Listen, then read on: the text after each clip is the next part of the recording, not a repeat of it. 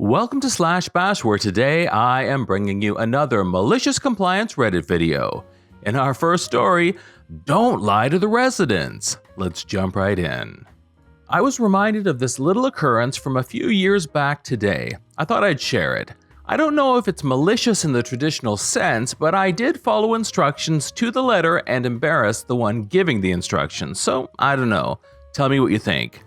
So about 3 years ago, I worked for a care home.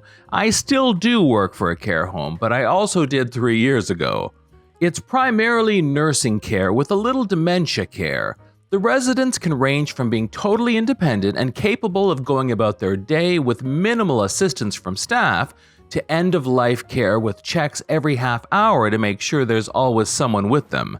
The particular resident I'm going to be talking about here we'll call Dot, because she looked like the EastEnders character of the same name, only with a thick Liverpudlian accent. Dot had a great sense of pride and a low tolerance for anyone who she believed was talking down to her. She was largely independent, just had a few funny turns here and there. I was working a night shift, 7 p.m. to 7 a.m. when this happened, and it was around midnight. My colleague was setting up breakfast trays for the morning, I believe, whilst the nurse was doing a few clerical duties. We had a nurse from an agency due to ours being ill. Agency workers can be a mixed bag here. Some are lovely, hard-working and understanding. Some are grumpy and uptight. Some we politely ask if they don't get sent again. The nurse that night fell squarely into the middle category. She would be snippy with the care staff, opting to do her work without any communication to us unless it was absolutely necessary to hand anything over to us. Fair enough, nobody says you have to make friends here, and would treat the residents with a false smile and a semi-condescending tone, sort of like you'd expect one to use when talking to small children. Dot was going through one of her funny turns. She had put her coat on and was trying to barge her way out of the front door. I came across the reception area to find the nurse trying to talk to Dot, with Dot trying to get to the front door saying, "Get out of the way, you miserable old trout," to the nurse. The nurse was saying things like, "I'm sorry, Mrs. Dot, but we need to look after you here. It would be irresponsible of us to allow you to wander about outside at this time. You could seriously hurt yourself. Look, it's dark out." All things that seemed to make Dot angrier and angrier. After a while, Dot stormed off. I asked the nurse why Dot wanted to go out of the home. Because she has dementia. Yes, but why in her own mind is she trying to leave? In her mind, it makes perfect sense for her to leave the home. What's her reasoning? Oh, she wants to go to the pharmacy. What difference does that make? We can't allow the residents out unsupervised for any reason, and especially not in the dead of night. I'll talk to her. No, you will not. I know how people like you work. You'll say anything to keep the residents happy, even if it means filling their heads with lies. Well, I was taught that we have to be honest with the residents. And this is true. You can't tell a resident an outright lie, at least not where I work. If a resident with dementia is distraught because their mother hasn't given them a phone call, you cannot say to them something like, "Oh, but she did ring you about a couple hours ago, remember?" However, it's kind of frowned upon to say something like, "Your mother died 20 years ago. Dead people can't use the telephone," instead. Honest as it may be, you have to learn to use tact, omit details if they could cause distress, and treat the residents with some modicum of dignity.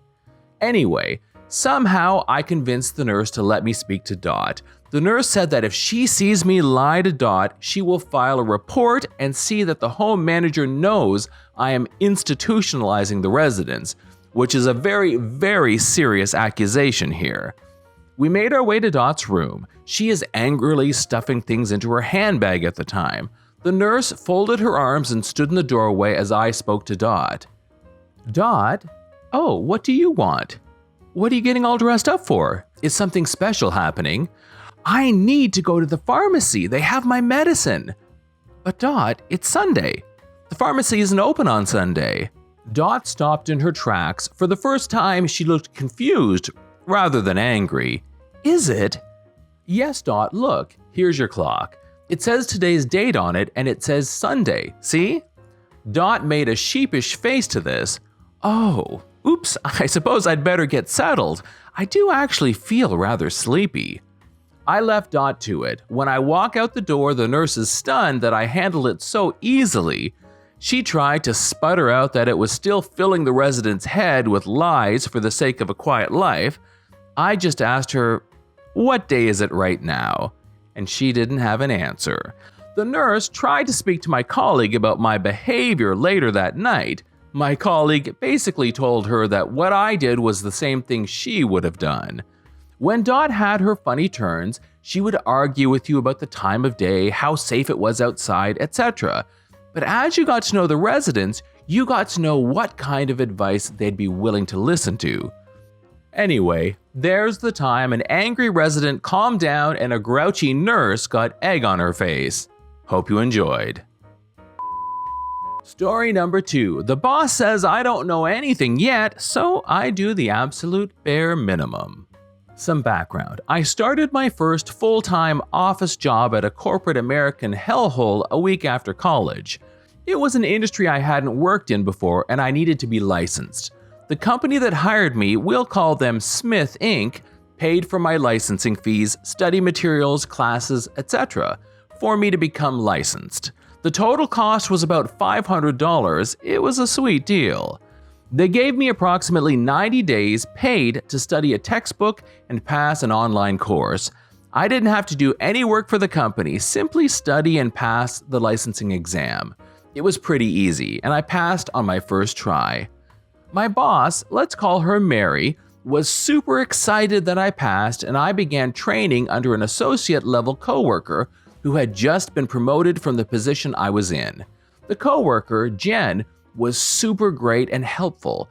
She began training me on 2 simple tasks that I could do. The only rule was if the client had a question specifically about their contract, I would ask Jen or forward it to my team lead. Well, I ended up getting an email from a client about their contract, and I video called Jen to ask how to handle it. She walked me through it as I shared my screen with her. I wrote the email back to the client exactly how she told me, and she read the email before sending. A month goes by and everything is great. I'm learning and getting more comfortable. Then I get a really nasty email from Mary. She CCs my whole team into the email, going on and on about how I cannot answer contract questions and how she's gone over this with me before. She hadn't. Jen was the one who told me I can't answer contract questions. Both Jen and I tried to explain what happened and that Jen was the one who wrote the email. I just typed what Jen said and sent it from my email since the client emailed me and not Jen. Mary then calls the team up in a video call and goes on about how I don't know anything and I just started and I really don't know how this industry works and that answering contract questions is out of my job description. It went on for about 5 minutes. I said, okay, and get off the call crying. The next day, out of pure pettiness, I simply do the absolute bare minimum. I don't know anything, right, Mary? I still complete all my tasks and everything that's required of me. Anything more advanced that I would normally try to learn with Jen's help? Nope. I just forwarded it to our team lead and said, sorry. Mary said I can't do anything outside of my job description. Work was much less stressful after I decided to listen to Mary and what many others told me before. Don't do anything outside of your job description. Also, Mary later fired me for being a whistleblower when I reported the company to the health authority for violating COVID protocols. I sleep better at night knowing how much money Mary wasted on training me. Story number 3. Our homeowners association won't let us fly our modest pride flag. Due to some neighbors flying Black Lives Matters flags, thin blue line flags, and other opinion flags, our homeowners association decided last month that we're only allowed to fly the American flag and nothing else. The day after the decision, we receive an email that someone reported our pride flag that we had in our house since 2016 and that we needed to take it down. We complied and removed the flag. Looking through our new rules, we noticed that removable lights are permitted without restriction. So, we bought 6 colored floodlights and we washed our house in pride colors. A little less subtle than our simple flag. A lot more fun for anyone complaining about the flag itself and what it represents. If you're interested, here's the house now. This is John from /bash. Thanks for watching. If you've enjoyed the video and want to be the first to know when the next one drops, subscribe and click on that notifications bell. We would love for you to drop a like, share it with your friends, and we will see you in the next one.